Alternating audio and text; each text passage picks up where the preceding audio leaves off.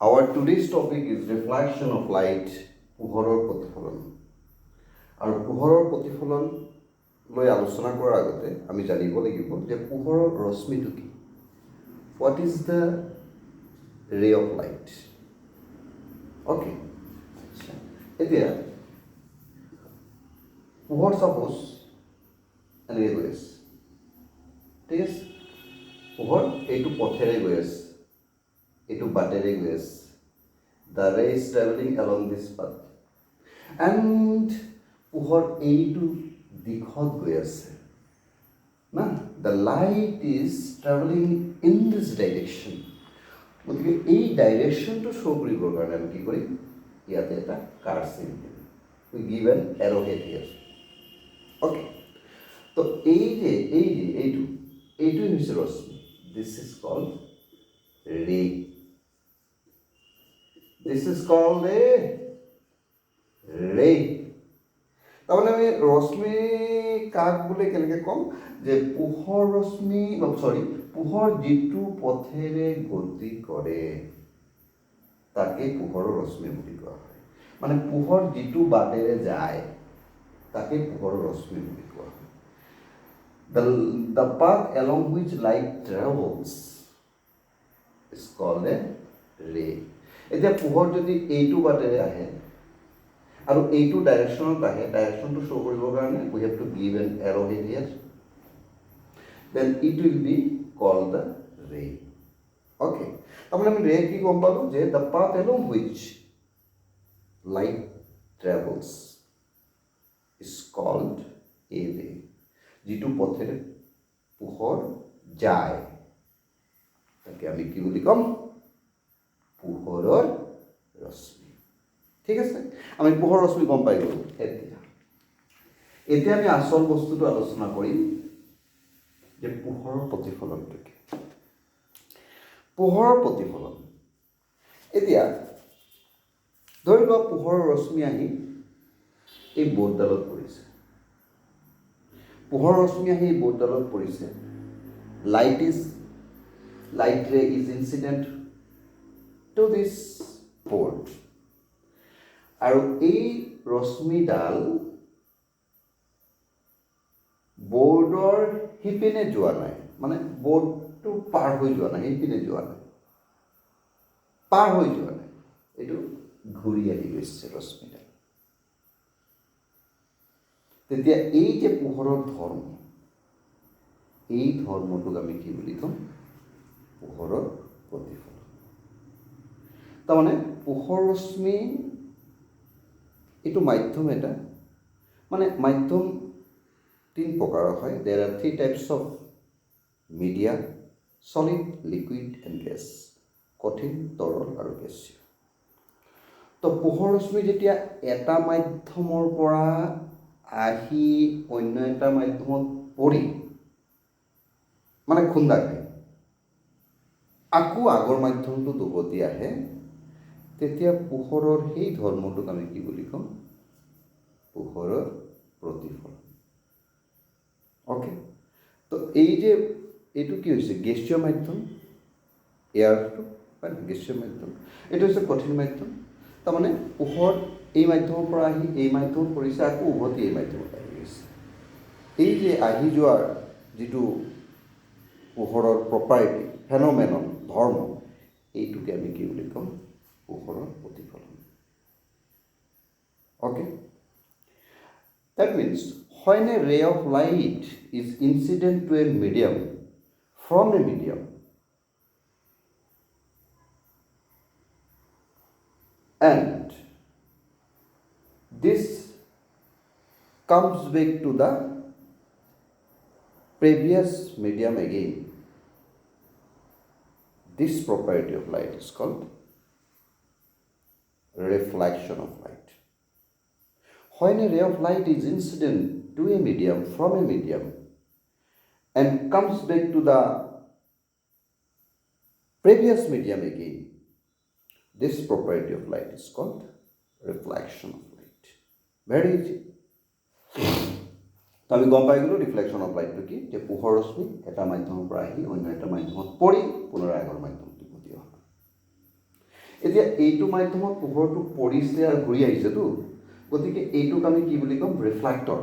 তাৰমানে পোহৰৰ প্ৰতিফলনটো এইটো মাধ্যমত সংঘটিত হৈছে। তাৰমানে পোহৰৰ প্ৰতিফলন যিটো মাধ্যমত সংঘটিত হয় তাক আমি প্ৰতিফলক বুলি কওঁ। প্ৰতিফলক, ইংলিছত কয় ৰিফ্লেক্টৰ। অ'কে, কাৰণ কি পোহৰ ৰশ্মি আহিলে আহি পেলাই এইটোত পৰিলে, বৰ্ডটোত পৰিলে, পৰি পেলাই ঘূৰি আহি গ'ল। তাৰমানে এই যে এই বৰ্ডটোক এতিয়া আমি কি বুলি ক'ম? ৰিফ্লেক্টৰ বুলি ক'ম। তাৰমানে যিটো মাধ্যমত, এইটো মাধ্যম এটা কঠিন মাধ্যম, যিটো মাধ্যমত পোহৰৰ প্ৰতিফলন ঘটে সেই মাধ্যমটোক আমি কি বুলি ক'ম? প্ৰতিফলক। The medium in which reflection of light takes place. The medium in which the reflection of light takes place is called reflector.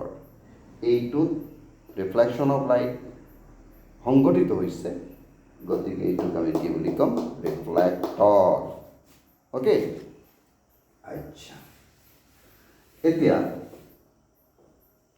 Suppose আমি এইটো এটা রিফ্লেক্টর ধৰি লৈছোঁ, ঠিক আছে? সাপোজ এইটোত পোহৰ পৰিব, পৰি পেলাই ঘূৰি আহিব, এইটোকে ৰিফ্লেক্টৰ বুলি ধৰি লৈছোঁ। তো এইটোকতো মই এনেকৈ আঁকিম কেনেকৈ? এতিয়া আঁকিব নোৱাৰিছোঁ না, এইটো 3 ডাইমেনশ্যনেল এনেকৈ মোটা আছে এইটো, হয় নাই? এইটো মই আঁকিব পাৰিম। এইটোকে আমি এই ৰেখাডাল দি পেলাই আঁকিছোঁ, তাৰমানে ৰেখাডাল মানে এইটো কলাৰ, ঠিক আছে? এতিয়া পোহৰ ৰশ্মি, এতিয়া এই চাইডটো বন্ধ কৰি দিছোঁ, তাৰমানে এই যে এই প্লাষ্টিক আছেতো, ঠিক তেনেকুৱা এই চাইড বন্ধ। তাৰমানে বন্ধ কৰা মানে কি? পাৰ হৈ নগৈছে মানে, ঠিক আছে? পোহৰটো পাৰ হৈ নগৈছে।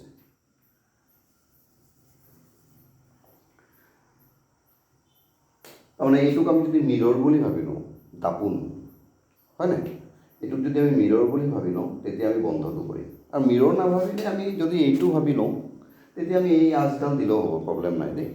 তো আমি মিৰৰ বুলি ভাবি লওঁ, যদি দাপোন বুলি ভাবি লওঁ, তেতিয়া দাপোন হ'লে আমি বেক চাইডটো বন্ধ কৰিব লাগিব। কাৰণ তোমালোক দেখিছা যে মানে আমি যিটো দাপোন ব্যৱহাৰ কৰোঁ নিজৰ চেহেৰাটো দেখিবৰ কাৰণে, তাৰ পিছফালটো চাবা এই কালাৰ দিয়া থাকে, ৰং কৰা থাকে, হয় নাই? কাৰণ এই কালাৰটো যদি নাথাকে তেতিয়া সেইটো দি পেলাই কি হ'ব? পোহৰটো পাৰ হৈ যাব, তেতিয়া ৰিফ্লেকশ্যনটো নহৈছে। গতিকে ৰিফ্লেকশ্যনটো হোৱাৰ কাৰণে পিছফালটো কি কৰা হয়? কালাৰ দিয়া হয়, হয় নাই? ৰং কৰি দিয়া হয়। তো এইটোক মই মিৰৰ বুলি ধৰি লৈছোঁ। আৰু যদি ডাষ্টাৰ বুলি ভাবোঁ, এই আঁচডাল দিলেও হ'ব। এইটোক মই ধৰি লৈছোঁ, এইটো হিচাপে, হয় নাই? তো আমি এইটো মিৰৰ বুলি ভাবি লৈছোঁ, ঠিক আছে? এই মিৰৰত ছাপ'জ পোহৰ ৰশ্মি আহি পৰিল, তো পিছফাল বন্ধ যিটো পাৰ হৈ নাযায়, তো এইটো কি হ'ব? উভতি আহিব, হয় নাই? উভতি আহিব। তো এই ৰশ্মিডালক আমি কি বুলি ক'ম? আপতিত ৰশ্মি। কি ৰশ্মি? আপতিত ৰশ্মি। ইংলিছত কয় ইনসিডেন্ট,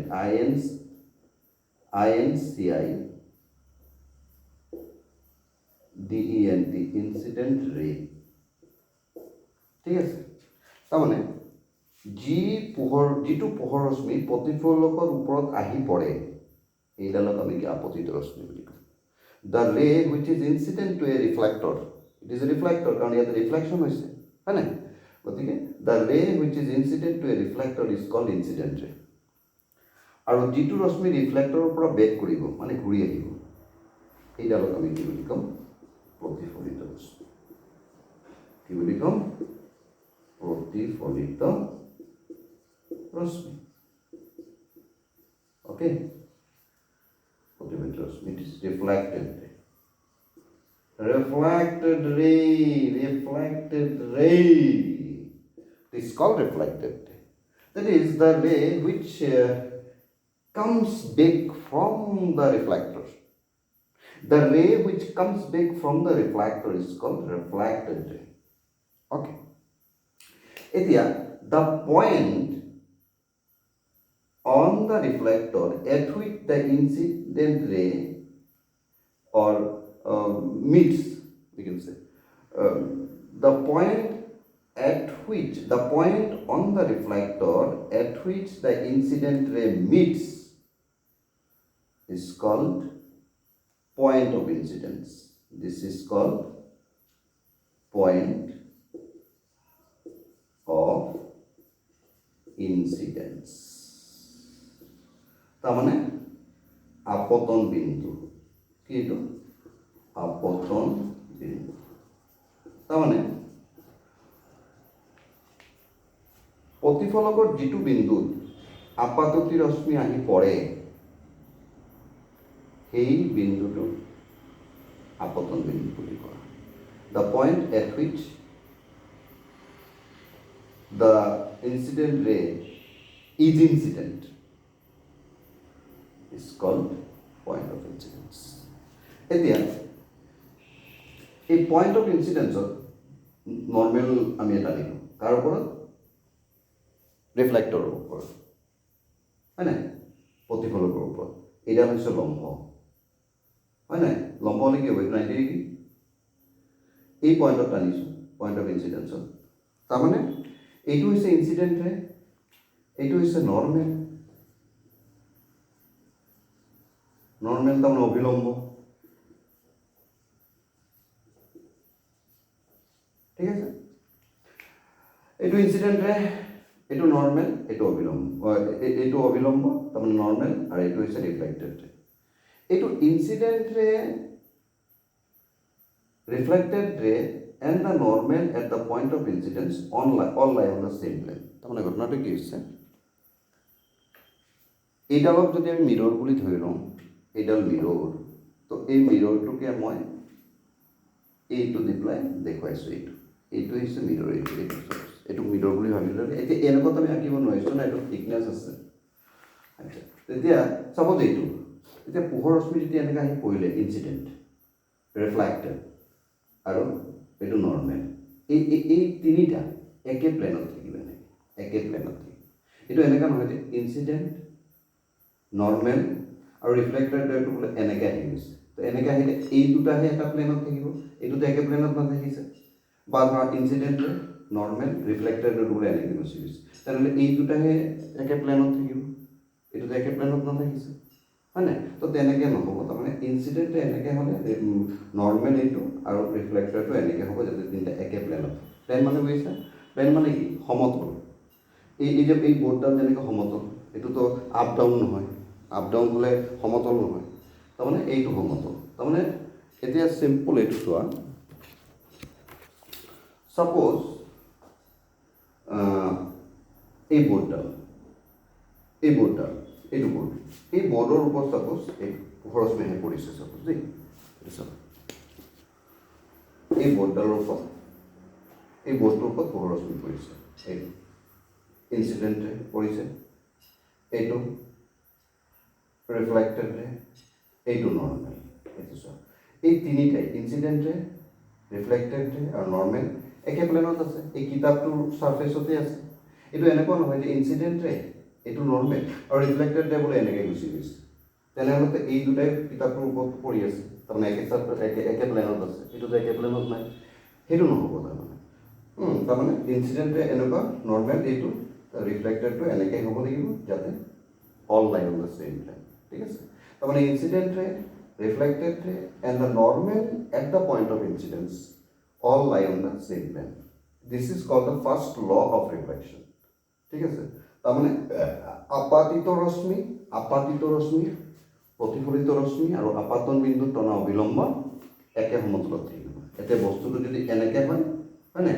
বস্তুটো এনেকৈ হৈছে এইটো তাৰমানে একে সমতলত থাকিছে ঠিক আছে এইটো হৈছে first law of reflection incident ray reflected ray and the normal at the point of incidence all lie on the same plane আপাতিত ৰশ্মি প্ৰতিফলিত ৰশ্মি আৰু আপাতন বিন্দুত টনা অবিলম্ব একে সমতলত থাকিব এইটো হৈছে প্ৰথম ল তো মোৰ কথাটো শুনি লোৱা ভালকৈ মোৰ শব্দখিনি লিখি দিলে হৈ গ'ল হয় নাই আচ্ছা এতিয়া এই যে এংগেলটো দেখিছা এই এংগেলটো দেখিছে এইটো এই এংগেলটো কোনে বনাইছে আপাতিত ৰশ্মি আৰু আপাতন বিন্দু টনা অবিলম্বৰ বনাইছে এই কোণটোক আমি আপাতন কোণ বুলি কওঁ কি বুলি ক'ম আপতন কোণ, ঠিক আছে,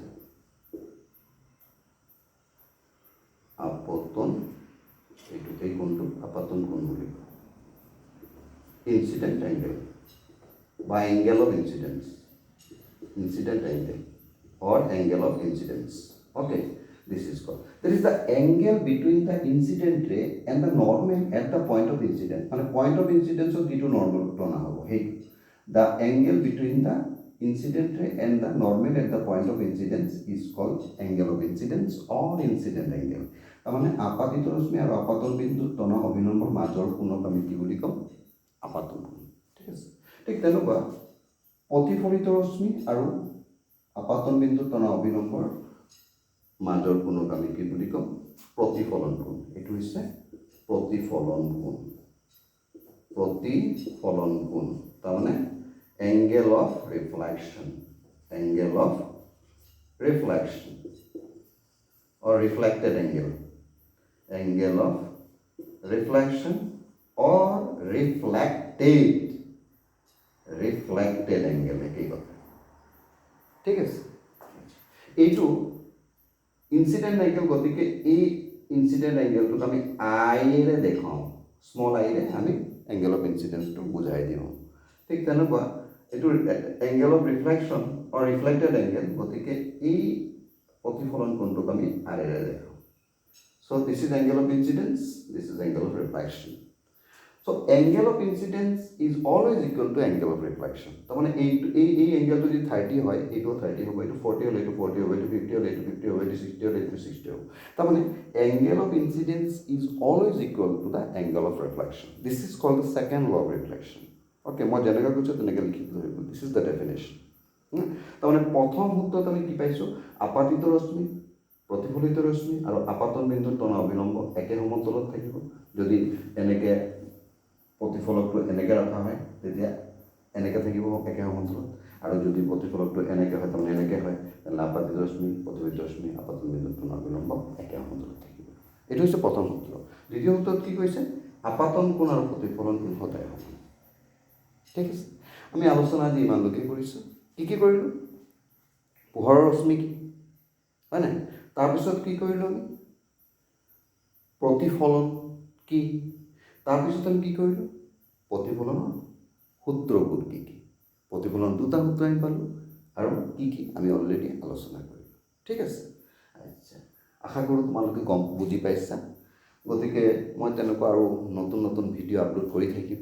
আই will prepare new videos for your convenience. কিন্তু কথাটো হৈছে তোমালোকে যদি মোৰ এইটো লাইক, শ্বেয়াৰ আৰু ছাবস্ক্ৰাইব কৰা, তেতিয়া মই আৰু মটিভেটেড হ'ম নতুনকৈ ভিডিঅ' বনাবৰ কাৰণে, আৰু মানে আৰু ধুনীয়াকৈ বনাবৰ কাৰণে। আৰু মই চেপ্টাৰ ৱাইজ তোমালোকৰ মানে কনভেনিয়েন্সৰ কাৰণে বনাই থাকিম। Okay, I need your support. If you are fond of my videos, then I will also get inspired to make more and more videos to facilitate you in learning. Thank you. God bless you all.